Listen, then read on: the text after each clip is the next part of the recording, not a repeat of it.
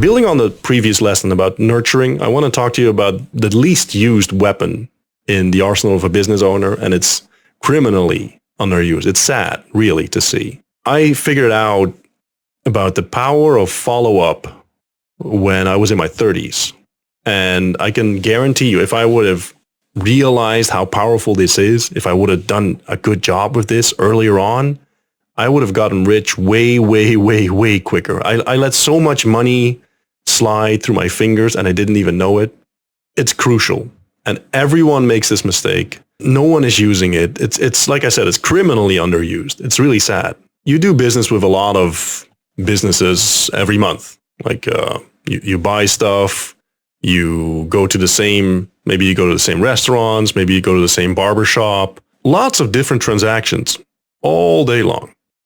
Now, think about their follow-up and how much of it is being done. And I actually did this when I found out about the power of follow-up, and I realized that almost no one does a good job at this. I told you in the last installment, I think I talked about my experience by going to a car dealer. Maybe that was another video. It doesn't really matter. I went to this car dealer. Guy was super low energy. Now, I bought quite a few cars in my life. I genuinely don't think I've ever received a decent follow-up attempt from a car dealer.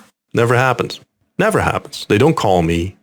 I'm not saying like a lame company newsletter every month, right? That's lame. Talking about something personal, like if I sell you a car and it's like a 5 or 6 figure transaction, right? That depends on the car, obviously. There's money has been exchanged. I sell it to you. It's nice if they would follow up and actually, care about me as a customer. But let's take it one step further. I was at the car dealership. I wanted to buy a car. The guy knows I want to buy a car.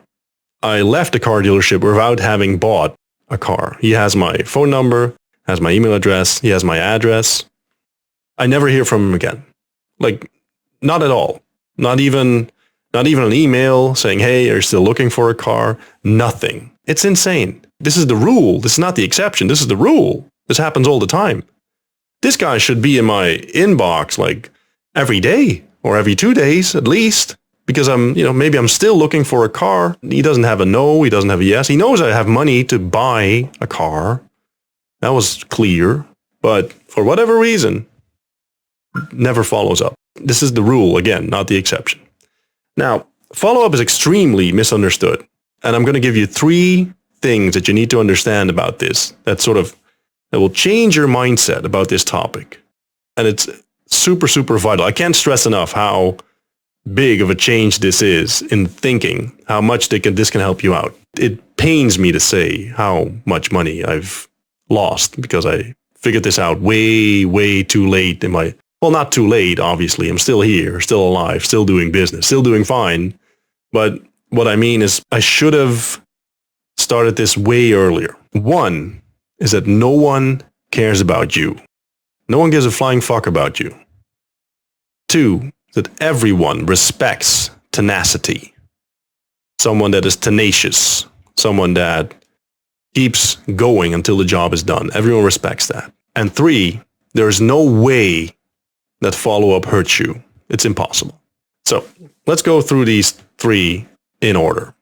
1 is that no one cares about you. Think about your life. You're the main character, correct? Like you walk through your life, you make decisions, you're the main actor in your play. Like the world sort of revolves around you. You have to understand, this is the same for everyone. Like everyone is going through his or her life assuming that they're the main character and everything revolves around them. We have this sort of misconception that whatever we do, people pay attention to it, people see it, people notice it, people remember it, and they don't.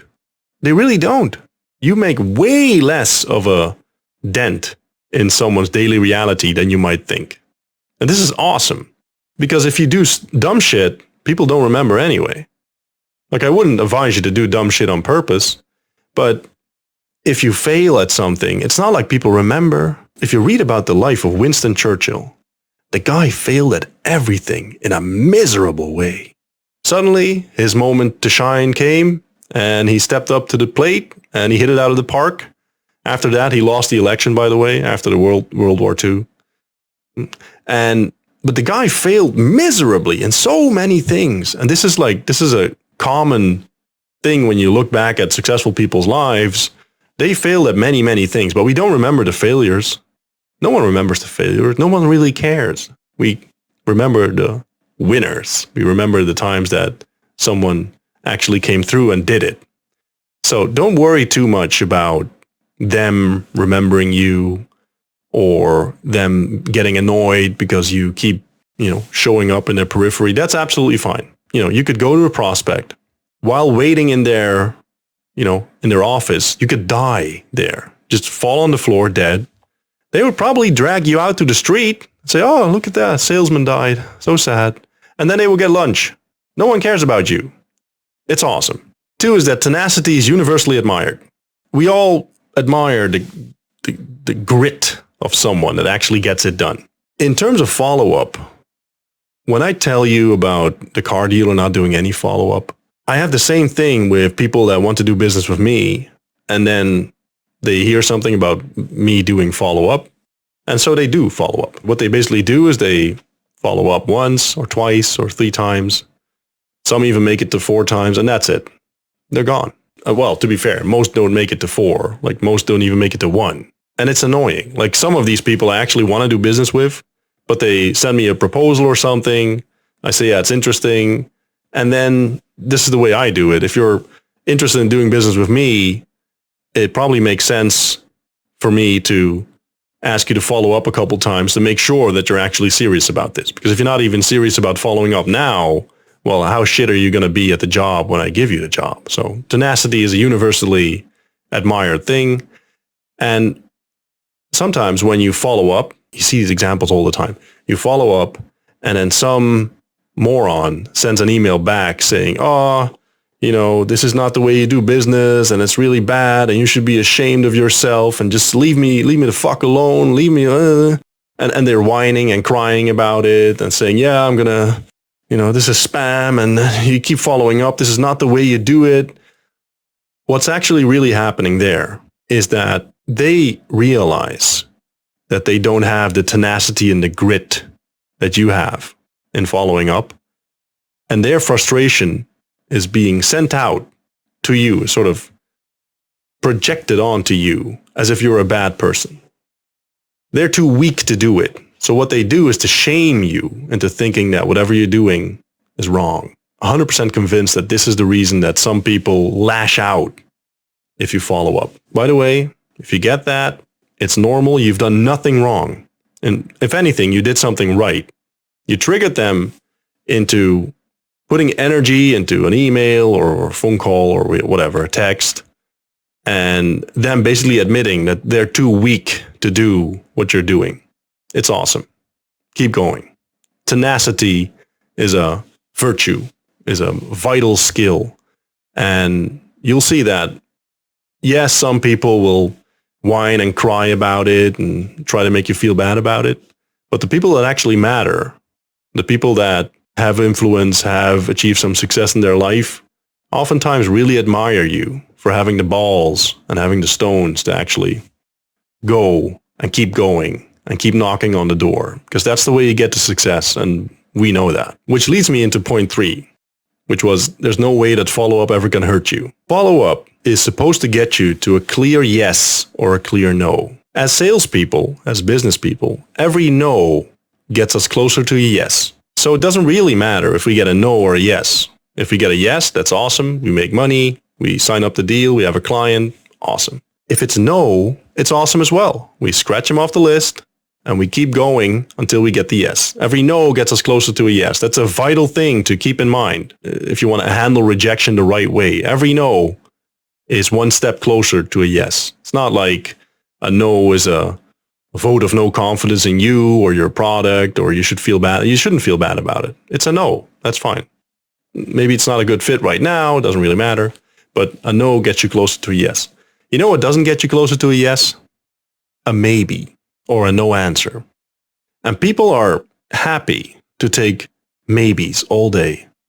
they're so happy to do it. I turned it into a joke in one of the, used to work in a real estate office, and people would come back from sales calls, right? A sales appointment in the home of a prospect, and they would come back, and I'd say, "Hey, how did it go? Did you close him?"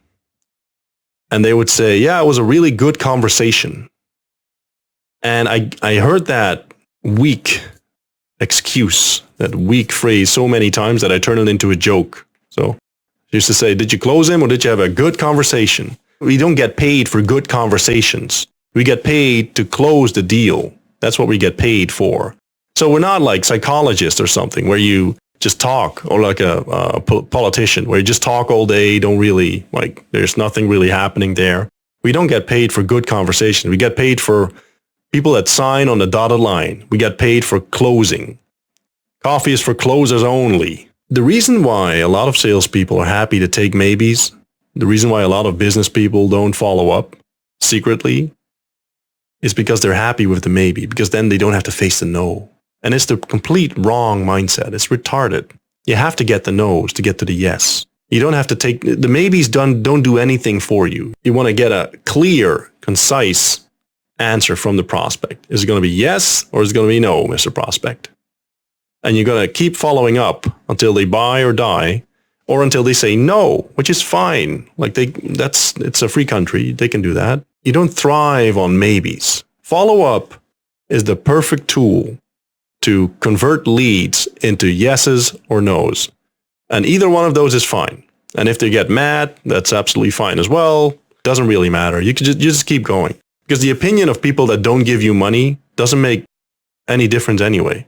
You shouldn't put any weight in that opinion. It doesn't matter. Like if they say no and you're a bad person, okay, well, whatever. This is what follow-up is designed to do, to get yeses and nos from prospects. And either way is fine. Preferably yes, obviously. But if it's a no, it gets you closer to a yes. But there's no way that follow-up hurts you. Oh, but maybe if I follow up too many times, then they will get mad and then they won't buy from me. Bro, they wouldn't buy from you anyway if they get pissed off by follow-up. It's not like you can mess up the sale. This is this is a myth. It's something that you make in your head just to justify not following up. Follow up till they buy or die. Keep going. Doesn't have to be complicated. They don't walk around all day thinking about you. They don't care about you. So just keep going. Make sure that you're on their radar. So when they do make the decision, you're there, you're the man, and you're the guy that's going to get the sale.